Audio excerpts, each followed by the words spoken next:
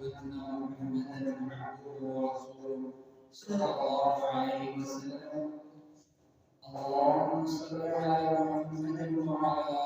آل محمد كما صليت على إبراهيم وعلى آل إبراهيم إنك حميد مجيد. اللهم بارك على محمد وعلى آل محمد كما باركت على إبراهيم وعلى آل إبراهيم إنك حميد مجيد. يا أيها الناس اتقوا ربكم الذي خلقكم من نفس واحدة وخلق منها زوجها وبث منهما رجالا كثيرا ونساء واتقوا الله الذي تساءلون به والأرحام إن الله كان عليكم رقيبا. يا أيها الذين آمنوا اتقوا الله وقولوا قولا سديدا يصلح لكم أعمالكم ويغفر لكم ذنوبكم ومن يطع الله ورسوله فقد فاز فوزا عظيما. أما بعد فإن خير الحديث كتاب الله وخير الهدي هدي محمد صلى الله عليه وسلم وشر الأمور محدثاتها وكل محدثة بدعة وكل بدعة ضلالة وكل ضلالة في النار. أعوذ بالله من الشيطان الرجيم من همزه ونفخه ونفسه. بسم الله الرحمن الرحيم. وما جعلنا لبشر من قبلك الخلد أفإن مت فهم الخالدون. قال الله تعالى في مقام آخر أينما تكونوا يدرككم الموت ولو كنتم في بروج مشيدة. کہا احباب نے ہر دفن کے وقت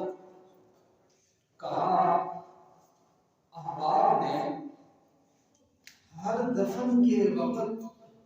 اب ہم وہاں کا کیا حال جانیں. قبر کا اب ہم وہاں کا کیا حال جانیں. لحد تک آپ کی تعظیم کر دی، قبر تک آپ کی تعظیم کر دی، آگے آپ کا نامہ اعمال جانیں. ہر قسم کی حمد و ثنا، کبریائی، بڑھائی، یکتائی، بادشاہی، شہنشاہی اللہ تعالیٰ کی ذات کے لیے خاص ہے، جو ذات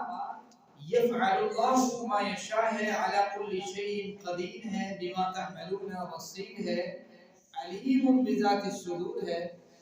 درود و سلام سرور کائنات، آقا دو جہاں، امام الانبیاء، ختم الانبیاء، امام الرسل، سید الانبیاء، امام الحرمین والقبلتین، امام الثقلین، امام المجاہدین والمتقین، امام الحسن والحسین، امام الشیخین، امامنا فی الدنیا و امامنا فی الآخرہ و امامنا فی الجنہ، جن کا نام نامی اسم گرامی جناب محمد رسول اللہ صلی اللہ علیہ وآلہ وسلم ہے. لاکھوں کروڑوں رحمت برکات ہوں صحابہ کرام پر، تابعین اعظام پر، تبع تابعین پر، محدثین پر، علماء پر، قراء پر، جنہوں نے ابلاغ توحید کے لیے، پیغام توحید کے لیے، پیغام قرآن کے لیے، رسول اللہ کے فرمان کے لیے، قال اللہ قال الرسول کے لیے اگر اپنی جانوں کا نذرانہ پیش کرنا پڑا، اپنی زندگیوں سے قیمتی رب کا دیا ہوا وقت صرف کرنا پڑا، اپنے مال کو اللہ کے راستوں میں نچھاور کرنا پڑا، اپنی صلاحیتوں کو اللہ تعالیٰ کے لیے استعمال کرنا پڑا، تو ہر ممکن حد تک وہ لوگ گزر گئے. حضرات، جس اہم جملوں سے اور پیرائے سے عربی خطبے کے بعد میں نے آپ کے سامنے کچھ چند اشعار رکھے ہیں، وہ ایسے اشعار ہیں جو حقیقت پر مبنی ہیں کہ جب انسان کو دفنانے کے لیے انسان کے اپنے ہی احباب، اپنے ہی دوست، اپنے ہی بہن بھائی، اپنے ہی والدین، اپنے ہی یار، اپنے ہی عزیز دفنانے کے لیے جب جاتے ہیں تو گویا زبان سے کہیں نہ کہیں ان کا دل یہی بات کہتا ہے، کہا احباب نے ہر دفن کے وقت ہر دفناتے ہوئے شخص کو ذہن میں یہی خیال اور گمان رہا، اب ہم وہاں کا حال کیا جانے، ہمیں نہیں پتا کہ اب یہاں پہ آپ کے ساتھ کیا ہونے والا ہے۔ اور کہا لحد تک آپ کی تعظیم کر دی، میں نے کندھا بھی دیا تو تجھے دیا، مجھے غسل کے لیے بندوبست کرنا پڑا تو میں نے کیا، مجھے عطر کے لیے بندوبست کرنا پڑا تو میں نے کیا، لوگوں کو فون کرنا پڑا تو میں نے کیا، قبر کی کھدائی مجھے کرنی پڑی تو میں نے کی، اپنے ہاتھوں سے تجھے قبر میں دفنانا پڑا تو میں نے کیا، تیرے گھر والوں کو دلاسا دینے کی ضرورت تھی تو میں نے دی۔ اور یہاں پہ یہ بات کہہ رہا ہے لحد تک آپ کی تعظیم کر دی، میں نے یہاں تک تیری تعظیم کر دی ہے، لیکن حقیقت یہ ہے آگے تیرا کام جو ہے وہ تیرے نامہ اعمال کے اوپر بیس کرتا ہے کہ تیرا نامہ اعمال جو ہے فَمَن يَعْمَلْ مِثْقَالَ ذَرَّةٍ خَيْرًا يَرَهُ، اگر تیرے نامہ اعمال کے اندر جو ہے نیک اعمال کا پلڑا اور نیک اعمال کثرت کے ساتھ موجود ہیں، پھر کامیابی ہی کامیابی ہے۔ وَمَن يَعْمَلْ مِثْقَالَ ذَرَّةٍ شَرًّا يَرَهُ، اگر دنیا کی للچاتی ہوئی نظر کو دیکھ کے تو بھی للچا گیا، دنیا کی توانائی کو دیکھ کے تو بھی ویسا بن گیا، دنیا کی رونق کو دیکھ کے رنگینی کو دیکھ کے تو نے بھی غلط اعمال ان کے ساتھ بجا لائے، تو نے کہا فلو وتھ فلوئنگ اسٹریم، تو نے کہا جہاں پہ لوگ بہ رہے ہیں، جہاں پہ لوگ چل رہے ہیں، جیسے لوگ کر رہے ہیں ویسا میں کروں تو پھر انجام بڑا برا ہے۔ آپ کو پتہ ہے نہر کے اندر مرا ہوا پرندہ اور مرا ہوا گدھا بھی ہو نا تو جس طرف نہر بہ رہی ہوتی ہے وہ اسی طرف بہتا ہے، اور مری ہوئی مچھلی بھی ہو تو نہر اس طرف، جس طرف نہر کا رخ ہے مری ہوئی چیز بھی اسی جانب جاتی ہے، چونکہ اس کے اندر اپنی پاور، طاقت، انرجی ان پٹ نہیں ہے۔ اللہ نے جس انسان کو زندہ رکھا ہے وہ کبھی سوچتا ہی نہیں ہے کہ لوگ کیا کر رہے ہیں، چونکہ لوگ اس کام کو اچھا سمجھتے ہیں، چونکہ لوگ ایسا کر رہے ہیں، چونکہ میرے یار اس طرح کرتے ہیں، چونکہ میرے یار نشاور چیزوں کا استعمال کرتے ہیں، چونکہ میری مجلس میں گالی گلوچ کی کثرت ہے، چونکہ میرے اپنے جو رشتہ دار ہیں وہ کچھ اس طرح کی قطع تعلقی کرنے والے ہیں، چونکہ میرے یار دوست اپنے والدین کو برا بھلا کہنے والے ہیں، میں کہہ لوں گا تو کیا اس میں کوئی فرق پڑ جائے گا؟ یہ جس کی سوچ و فکر ہے اس بندے سے بڑا مردہ شخص کوئی نہیں۔ یہ حقیقت میں مثال سے آپ کے سامنے رکھ دی ہے کہ مردہ چیز جو ہے وہی ہمیشہ فلوئنگ اسٹریم کے ساتھ چلتی ہے، وہی چلتی ہے کہ جس طرف فلو چل رہا ہے، جس طرف پانی بہتا ہے وہ کہتا ہے میں بھی اس طرف جاتا ہوں، مردہ ہے نا، اپنے پاس طاقت نہیں ہے۔ اور جس مچھلی کے اندر، جس جانور کے اندر جو تیراکی جانتا ہے، جو جانتا ہے کہ میں نے بچنا ہے، اس کے بے شک اپوزٹ ہوائیں کیوں نہ چل رہی ہوں، اس کے خلاف باتیں مخالف کیوں نہ کروں، وہ کہتے ہیں بھائی میں نے صحیح راستے پر چلنا ہے اور میں نے صحیح راستے کو اختیار کرنا ہے، اگرچہ میرے دوست اس طرح مجھے تانا دیں تب بھی میں سنت پہ عمل کروں گا، مجھے برا کہیں تب بھی میں گالی نہیں دوں گا، مجھے کہیں یار یہ بڑا ممی ڈیڈی بچہ ہے تب بھی میں نشاور چیز استعمال نہیں کروں گا، مجھے کہیں یار یہ تو اپنے ابا سے بڑا ڈرتا ہے تب بھی میں کہوں گا ہاں میں ڈرتا ہوں، اس لیے ڈرتا ہوں کہ وہ میرا بھلائی چاہتے ہیں اور مجھے چاہتے ہیں کہ یہ بچہ جو ہے غلط کام کی طرف اور غلط ٹریک پہ اور غلط لوگوں کے ساتھ اٹھک بیٹھک نہ کرے۔ آپ بتلائیں، بولیں، اپنی پاور شو کریں کہ آپ زندہ ہیں، آپ خود اپنا فیصلہ کر سکتے ہیں، آپ کو لوگوں کی کیا ضرورت ہے، لوگوں کی باتیں سننے کی اور لوگوں کے فیصلوں کے اوپر چلنے کی۔ جو انسان زندہ ہے اللہ نے اس کو کسی کا پابند نہیں کیا، انسان جو ہے صرف فقط اللہ کا پابند ہے اور اللہ کے پیغمبر کا پابند ہے، اس کے علاوہ تیسری کوئی ذات ایسی نہیں ہے جس کا بندہ مومن پابند بن جائے، اور جو بن جائے گویا ایک مردہ شخص کے معنی۔ تو موضوع گفتگو اللہ تعالیٰ کی توفیق سے پچھلے جمعہ المبارک سے ہی موت سے ریلیٹڈ ہے، اور آج اس موضوع کو ہم نے ختم کر رہے ہیں۔ دیکھیں موت سے متعلق آپ کے سامنے میں وہ اشعار بھی رکھ چکا کہ الموت قدح کل نفس شارب، یاد رکھو میرے بھائی، مرنا ہر ایک، موت ہر ایک کو آنی ہے، اور یہ ایسا گھونٹ ہے، ایسا پیالہ ہے، ایسا پانی ہے، ایسی چیز ہے، بچنا کسی نے نہیں ہے۔ بچے کون بچے گا؟ آپ کے والد بچ گئے، آپ کے دادا بچ گئے، آپ کے دادا کے بھائی بچ گئے، آپ کی دادی بچ گئی،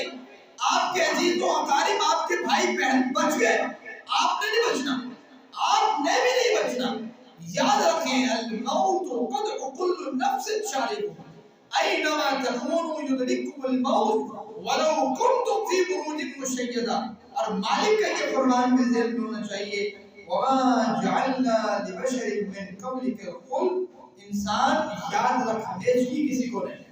یہ میری دنیا کا قانون ہے، کل نفس ذائقۃ الموت، موت کا مزہ ہر ایک نے چکھنا ہے۔ اور آپ کو یہ بھی نہیں پتا کہ آپ یہ سوچیں کہ جوانی، بڑھاپا، لڑکپن کہاں پہ موت آنی ہے، سٹیج کا انسان کو نہیں پتا، لمحے کا نہیں پتا۔ دیکھیں موت کو اللہ کے رسول صلی اللہ علیہ وسلم نے آپ کے سامنے یہ بات گزشتہ جمعہ مبارک میں رکھی، اس کو میں تھوڑا ریکیپ کر رہا ہوں تاکہ بات آپس میں ربط ہو جائے، جڑ جائے۔ اللہ کے رسول صلی اللہ علیہ وسلم کے فرمان کہ تم میں عقل مند شخص کون ہے، اقیاس شخص کون ہے؟ صحابہ کرام پوچھا اللہ کے رسول آپ بتا رہے ہیں، عقل مند شخص جو ہے آپ میں سے وہ ہے اکثرهم للموت ذکرا، جو موت کا کثرت کے ساتھ ذکر کرتا ہے۔ ہم کریں نا، بچہ بھی کرتا ہے نا کہ میں تو مطلب چارپے کو پکڑ کے بیٹھ گئی، چارپے کے نیچے بیٹھا ہوا ہے، بچوں کو کہتے ہیں پتر اسی مر گئے ہیں، ٹھیک ہے ہم مر گئے ہیں، یہ ہے وہ ہے۔ آج کل ہم یہ بھی آپ غور کریں ذرا، موت کا ذکر بھی کرتے ہوئے ہم ہنس رہے ہوتے ہیں، موج میں ہوتے ہیں، ہاں ہاں ہاں میں نے مرنا ہے۔ اور انسان کو اس کیفیت کا اور اس کے بعد کی کیفیت کا معلوم ہو جائے، پتہ لگ جائے کہ اس کے ساتھ مرنا کیا ہے، تو اس کا یہ ہنسی نکل جائے، سخت ہو جائے، پوری زندگی نہ ہنسے ہو۔ اور اللہ کے رسول صلی اللہ علیہ وسلم کا فرمان کہ اگر تمہیں دکھا دیا جائے کہ قبر میں انسان کے ساتھ ہوتا کیا ہے، تم پوری زندگی تم یہ جو ہنستے چہرے ہیں یہ کبھی نہ ہنسو کہ تمہارا بنتا کیا ہے، بننا کیا ہے تمہارا، اگر تم نے کوئی نیکیاں نہ کی اور اپنے اعمال کو بہتر نہ کیا اور ابھی تک بھی دغا جاری رکھا تم نے، اور اپنی اس عمر تک پہنچ کے بھی آپ کو ہوش نہ آیا کہ یار میں اپنے جو ہے وہ بہن بھائی بیٹی سب کا حقوق ایک جو اللہ تعالیٰ نے مجھ پہ فرض کیے ہیں ایک پراپر طریقے سے ادا کروں، تو تب خیر نہیں ہے۔ دیکھیں آج جو ہم نے چند اہم نکات دیکھنے ہیں، اس میں سب سے پہلا نقطہ یہ ہے کہ موت کی سختی کیا ہے۔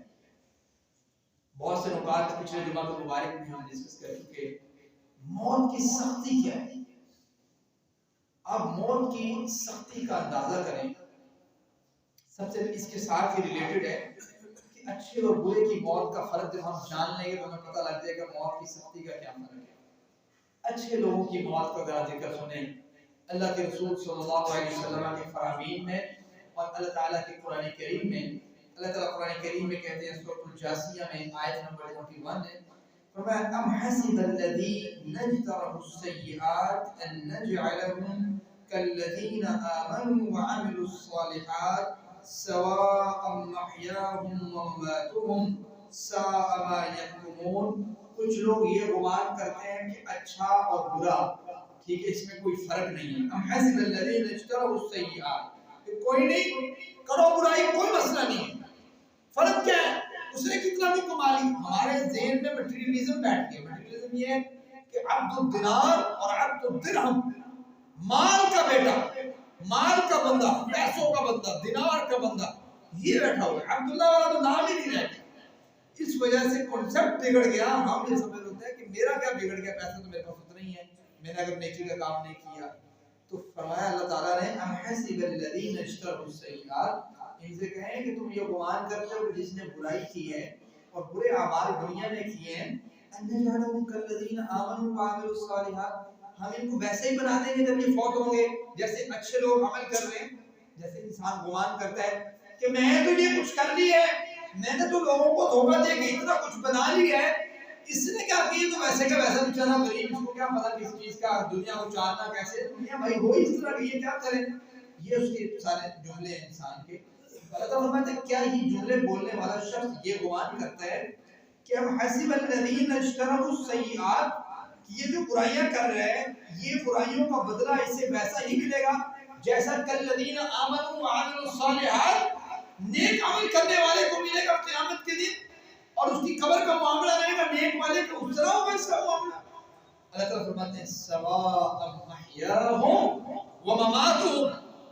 اور بھائی ان کا مرنا اور جینا برابر ہے نہیں ہے۔ اچھے بندے کا مرنا اور طرح ہوگا، برے کی موت کی کیفیت اور طرح ہوگی۔ اچھے کی روح قبض کسی اور طریقے سے کی جائے گی، برے کی روح قبض کسی اور طریقے سے کی جائے گی۔ اچھے کی قبر کوئی اور طریقے سے ہوگی، برے کی قبر کوئی اور طریقے سے ہوگی۔ اچھے کا پروٹوکول کوئی اور طریقے سے ہوگا، برے کا اس کے ساتھ جو معاملہ ہوگا کوئی اور طریقے سے ہوگا۔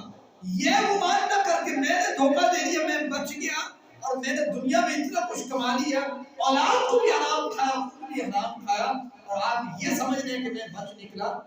آپ موت سے بچ سکتے ہیں؟ ذرا یہ ساتھ سوچا کریں، موت سے میں بچ گیا ہوں نہیں بچانا تو کیسے آپ بچ جائیں گے؟ مجھے سوچیں ذرا، مجھے سمجھ آتی ہے کوئی لاجک؟ بچ نہیں سکتے۔ اللہ تعالیٰ فرماتے ہیں، ذرا آئیے نیک بندے کی موت کے متعلق سورۃ فجر میں اللہ تعالیٰ فرماتے ہیں یا ایھا النفس المطمئنہ۔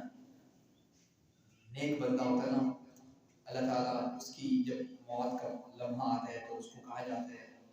اے نفس مطمئنہ، اے اطمینان والے شخص، ارجعی الی ربک راضیۃ مرضیہ، اپنے رب کی طرف آ، اللہ کی رضا کی جانب آ، اللہ تجھ سے راضی ہے۔ فادخلی فی عبادی، نیک بندوں میں شامل ہو جا۔ نیک بندے کہاں پہ ہوتے ہیں ہم آگے جا کے دیکھتے ہیں۔ وادخلی جنتی، اللہ کی جنتوں کی مہمان بن جاؤ۔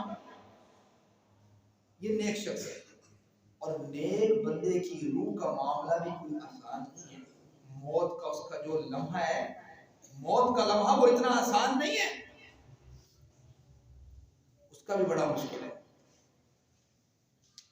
دنیا میں سب سے زیادہ نیک شخص کون ہے؟ آپ کہیں گے اللہ کے رسول صلی اللہ علیہ وسلم۔ آپ ان کی ذرا موت کے لمحات کو دیکھیے۔ پیغمبر کائنات علیہ الصلوۃ والسلام موت کے لمحات میں، موت کی کشمکش میں، آخری دنوں میں، اور حضرت عائشہ صدیقہ رضی اللہ تعالی عنہا، آپ کا سر مبارک ان کی گود میں، جناب عائشہ صدیقہ رضی اللہ تعالی عنہ فرماتی ہیں ایک پیالہ پیغمبر کائنات علیہ الصلوۃ والسلام کے ساتھ رکھا ہوا ہے۔ اللہ کے رسول اپنے ہاتھوں کی انگلیوں کو پیالے کے اندر بار بار ڈالتے ہیں، اور وہ پیالے کے اندر ڈال کے انگلیوں کو تر کر کے اپنے چہرہ مبارک پہ بار بار ہاتھ پھیرتے ہیں، اور یہ موت کی کیفیت کے لمحات ہیں، اور ساتھ ہی فرما رہے ہیں لا الہ الا اللہ، اللہ کے علاوہ کوئی الہ نہیں ہے۔ ان للموت، یقیناً موت کے جو لسکرات، اس کے جو معاملات ہیں بڑے سخت ہیں۔ عائشہ، موت کے لمحات بڑے سخت ہیں۔ یہ پیغمبر کائنات علیہ الصلوۃ والسلام کے وہ فرمان ہے کہ موت کی کشمکش کے اندر اپنے ہاتھ کو بار بار پیالے کے اندر ڈالتے ہیں، اور تر ہاتھ کو نکال کے اپنے منہ پہ بار بار پھیر رہے ہیں۔ اس حالت میں پیغمبر کائنات علیہ الصلوۃ والسلام کے آخری الفاظ فی الرفیق الاعلی، اور آقا کی روح پرواز کر گئی۔ یہ آقا کائنات علیہ الصلوۃ والسلام کے وہ الفاظ ہیں اور وہ لمحات ہیں نیک۔ آپ سوچیں بد کا معاملہ کتنا سخت ہوگا۔ ایک اور مثال سے سمجھیے، ایک صحابی رسول ہیں سعد بن ربیع، جناب سعد رضی اللہ تعالی، انہوں نے صرف 6 سال کا عرصہ اسلام قبول کیے۔ یہ اپنے ذہن میں رکھنا، 6 سال کا عرصہ جو ان کو اسلام قبول کرنے کا ملا ہے، اس پہ انہوں نے کتنی محنت کی ہے۔ سعد بن ربیع نے محنت اتنی کی ہے کہ اسلام قبول کرنے سے پہلے جناب مصعب بن عمیر رضی اللہ تعالی عنہ، ان کو اللہ کے رسول نے مدینہ بھیجا تھا، ہجرت کر کے آئے تھے اسلام لوگوں کو دعوت دینے کے لیے۔ مصعب بن عمیر سے کسی نے کہا کہ دیکھو اگر تم چاہتے ہو کہ یہ پوری قوم، یہ فلاں قبیلہ جو ہے یہ اسلام قبول کر لے، تم ایسے کرو یہ سعد بن ربیع کو تم مسلمان کر لو، یہ کردار کا ایسا شخص ہے اگر سعد بن ربیع نے اسلام قبول کر لیا تو اس کی پوری قوم اسلام قبول کرے. یہ میں تمہیں دعوت دیتا ہوں. بندہ ایسا قابل بندہ ہے اور ایسا اچھا اخلاق والا بندہ ہے کہ یہ شخص ایسا بندہ، آپ اس کو اسلام کی دعوت. شروع میں بڑے مخالف سعد بن ربیع، لیکن ہجرت سے 1 سال پہلے اسلام قبول کیا. اور ہوا بھی اس طرح کہ جب اسلام قبول کیا سعد بن ربیع نے تو قوم سے کہا کہ میں تم سے بات نہیں کروں گا اگر تم میرے سے اسلام قبول نہیں کرو گے. صرف یہ جملہ اس بندے کا، سعد بن ربیع کا، کہ میں تم سے بات نہیں کروں گا اگر تم مجھ سے اسلام قبول نہیں کرو گے. آتا ہے کہ پوری قوم نے اسلام قبول کر لیا. ایسا قابل شخص. لیکن ان کی وفات ہوئی ہے، شہید ہوئے ہیں 5 ہجری غزوہ خندق کے بعد. اور یہ وہی شخص ہیں 6 سال کا عرصہ صرف اسلام قبول کرنے کو ملا ان کو. اور جب یہ شہید ہوئے ہیں، دنیا سے رخصت ہوئے ہیں، اللہ کے رسول کا فرمان ہے کہ عرش ہل گیا. جناب سعد بن ربیع کی وجہ سے عرش ہل گیا. کام کیا ایک دفعہ کہ سعد بن ربیع شہید کر دیے گئے، کیونکہ یہ وہ باعث شخص ہیں کہ جب غزوہ بدر کے موقع پہ سعد بن ربیع سامنے موجود تھے اور اللہ کے رسول صلی اللہ علیہ وسلم اس بات سے گھبرا رہے تھے کہ کتنی کم تعداد مسلمان موجود ہیں، کہیں ہم ختم نہ کر دیے جائیں. سعد بن ربیع نے دلاسا دیتے ہوئے کہا تھا اللہ کے رسول آپ پریشان نہ ہو، آپ ٹینشن نہ لیں، آپ ہمیں حکم کریں، ہم اپنے جانوں کا نذرانہ پیش کرنے کے لیے تیار ہیں. سعد بن ربیع. اور آگے بڑھے ہم کہ یہ جو موقع آیا تھا، یہودیوں کا ایک قبیلے نے کہا کہ ہم فیصلہ کروائیں گے سعد بن ربیع سے. غالباً بنو قریظہ تھا کہ ہم فیصلہ کروائیں گے سعد بن ربیع سے. سعد بن ربیع جو فیصلہ کرتے ہم ماننے کے لیے تیار ہیں. سعد بن ربیع نے کہا ان کو قتل کر دیا جائے. غزوہ خندق کا موقع، اس کے بعد قتل کر دیا گیا. اور اللہ کے رسول نے کہا سعد تو نے وہ فیصلہ کیا جو آسمان کا فیصلہ ہے. آپ ذرا غور کریں 6 سال کے عرصے میں اس نے اسلام کا وہ بول بالا کیا سعد بن ربیع نے،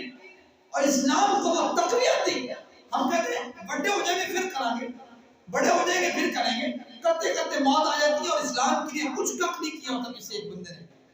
کوئی ایک دعوت کا پہلو نہیں لیا ہوتا، کوئی ایک پازیٹیو چینج نہیں لے کے آیا ہوتا، اپنے گھروں میں چینج نہیں لے کے آیا ہوتا. سعد بن ربیع جو ہے 6 سال کے عرصہ سے اسلام قبول کیے. جب فوت ہوئے، شہید ہوئے، دنیا سے رخصت ہوئے، اس وقت فوراً آپ دیکھیں اللہ کے رسول نے عرش ہلا دیا. اتنا بڑا احسان ہے اسلام. اس کے ساتھ ساتھ اتنا نیک شخص، یہ میں نے ان کی نیکی ذکر کی ہے صرف اس مقصد کے لیے کہ اللہ کے رسول صلی اللہ علیہ وسلم نے فرمایا کہ جب سعد بن ربیع بھی اپنی قبر میں گئے نا تو قبر نے ان کو ایک دفعہ نا پریس کیا زبردست قسم. اور یہ چیز جو ہے آپس میں ملا کے رکھ دیا. کہا کہ اگر کوئی شخص عذاب قبر سے محفوظ رہتا تو سعد بن ربیع رہتا. تو آپ ذرا اندازہ کریں کہ انسان کے موت کے بعد کے مراحل کیا ہے. یہ دیکھیے یہ نیک لوگوں کی لسٹ ابھی بتا رہا ہوں. ابھی تو برے لوگوں کی بات ہی نہیں ہے کہ موت کے لمحات میں اور موت کی کشمکش میں برے بندے کی اس طریقے سے روح قبض کی جاتی ہے. برے بندے کا حال کیا ہوتا ہے قرآن کریم ذرا پڑھیے گا. اللہ تعالیٰ قرآن کریم میں فرماتے ہیں سورۃ محمد آیت نمبر 27 ہے فَكَيْفَ إِذَا تَوَفَّتْهُمُ الْمَلَائِكَةُ يَضْرِبُونَ وُجُوهَهُمْ وَأَدْبَارَهُمْ. جب کسی برے شخص کی موت آتی ہے نا تو فرشتے آتے ہیں زور زور سے اس کو مارتے ہیں اور پٹک پٹک کے نیچے دیتے ہیں. دوسری آیت مبارکہ ذرا غور کیجیے گا، سورۃ نحل کی آیت نمبر 32 ہے. اللہ تعالیٰ فرماتے ہیں سورۃ انعام میں موجود ہے 93 نمبر آیت پہ وَلَوْ تَرَىٰ إِذِ الظَّالِمُونَ فِي غَمَرَاتِ الْمَوْتِ موت کی کشمکش جب آتی ہے برے شخص پہ، والملائکۃ باسطوا ایدیہم اخرجوا انفسکم، فرشتے کہتے ہیں نکل روح، بدبودار روح نکل پائے، الیوم تجزون عذاب الہون، آج تجھے خدا عذاب دیا جائے گا، آج تو نہیں بچ سکتی، موت کر لیا دنیا میں موج مستی اور برے کام کرنی ہے، کوئی تو نے کام نہیں کیا ڈھنگ کا اور رنگ کا جسے تو کہیں کہ پازیٹیو چینج میں دنیا میں لے کے آیا، اور میں نے کسی کی دنیا کسی کی زندگی اپنے گھر والوں کی زندگی کو میں نے رد و بدل کیے، تبدیل کیا، ان کو بتلایا کہ بیٹا اس طریقے سے آپ نے اپنا لائف سٹائل رکھنا ہے، اس طریقے سے زندگی گزارنی ہے، اپنی تو نے کیا سوارنی تھی، گھر ہی میں نے دیکھا۔ حضرات آخری حدیث مبارک آپ کے سامنے رکھ کے بات کو ختم کرتے ہیں، یہ موت سے ریلیٹڈ ڈیٹیل حدیث قرآن حدیث مبارکہ میں، یہ حضرت براء بن عازب رضی اللہ تعالی عنہ کی حدیث ہے، اللہ کے رسول صلی اللہ علیہ وسلم سے وہ فرماتے ہیں کہ جب نیک بندے کا لمحہ آتا ہے نا موت کا، نیک بندے کا جب لمحہ موت کا آتا ہے تو اس کے پاس فرشتے آتے ہیں آسمان سے، سفید فرشتے جن کے چہرے سفید، لباس سفید،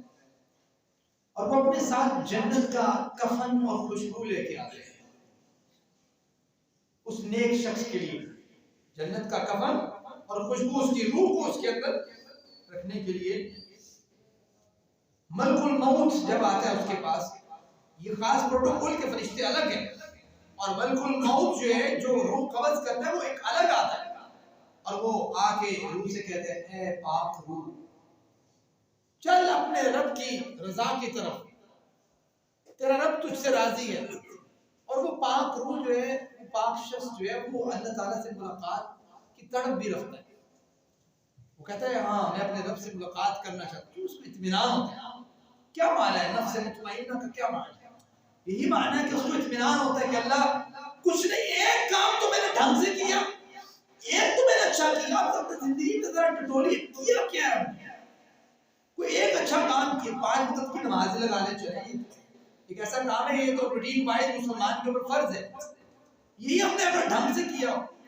اپنے گھر والوں کی تربیت ڈھنگ سے کی، اپنے آپ کو ہمیں سنوارا ہو اور ہم نیگیٹیوٹی سے بچ کے رہے ہوں، کوئی ایک اچھا اس طرح کا کام ذرا ذہن میں سوچئے، تو اس کو اطمینان ہوگا، اس کو کہا جائے گا پاک روح اپنے رب کی جانب، تو اس کی روح اس طریقے سے نکلتی ہے جیسے مشکیزے سے پانی کا قطرہ نکلتا ہے، اور اس کو اتنی کوفت نہیں ہوتی، اتنی اس کو جو تکلیف نہیں ہوتی، یہ اس کے لمحات ہوتے ہیں، اس طریقے سے اللہ تعالیٰ اس روح کو قبض کرواتا ہے، اور آسمان کی طرف جو ہے اس روح کو بھیج دیا جاتا ہے، لے کے جاتے ہیں فرشتے، اور آسمان کے سارے فرشتے جو دروازوں پر موجود ہوتے ہیں وہ خواہش ظاہر کرتے ہیں کہ اس پاک روح کو ہمارے دروازے سے، اس دروازے سے گزاریے، اس جگہ سے گزاریے، اس جگہ سے گزاریے، مطلب پروٹوکول کا اندازہ کریں، آسمان کے فرشتے کوشش کرتے ہیں کہ اس دروازے سے آئے،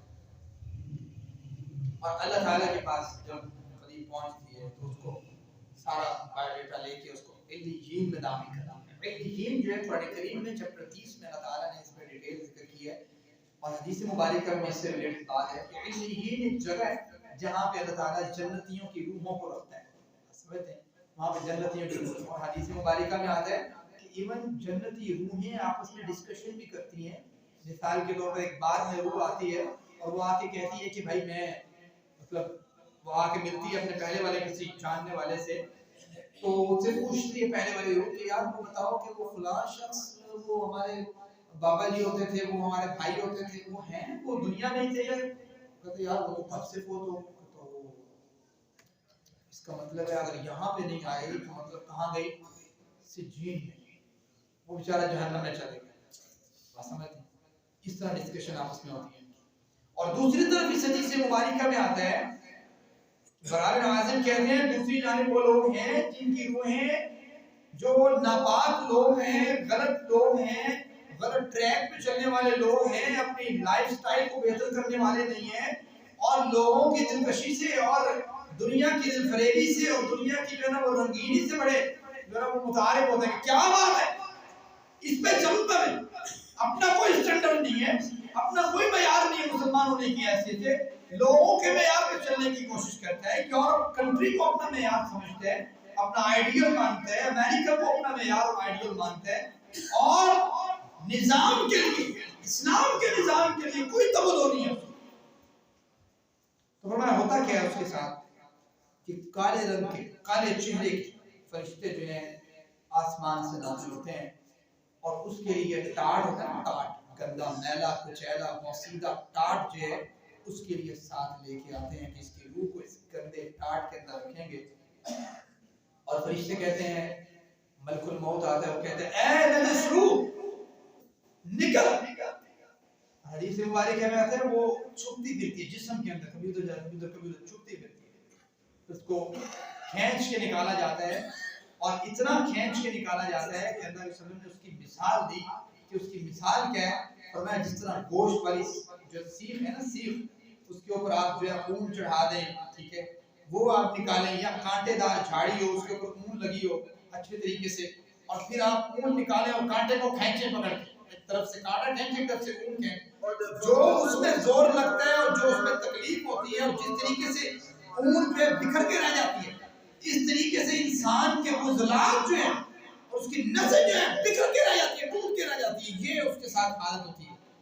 اور فرمایا کہ فرشتے جو ہیں آسمان کے بددعا کرتے ہیں، اللہ تعالیٰ یہ گندی روح کو اس راستے سے نہ لے کے، اس راستے سے یہاں سے اس کو وہاں سے ان نہیں ہونے دیتے، اور ایون اس کو پھر سجین میں منتقل کر دیا جاتا ہے، اور سجین جہاں پہ تمام جو ہے بد لوگ موجود ہوں گے وہاں پہ وہ لوگ اکٹھے کر دیے جاتے ہیں۔ اس کے آگے پھر سلسلہ عذاب قبر ہے، اس کا ایک الگ ایک سیٹ اپ ہے، پھر اس میں کیا ہوتا ہے انسان کے ساتھ ایک الگ طریقہ کار ہے۔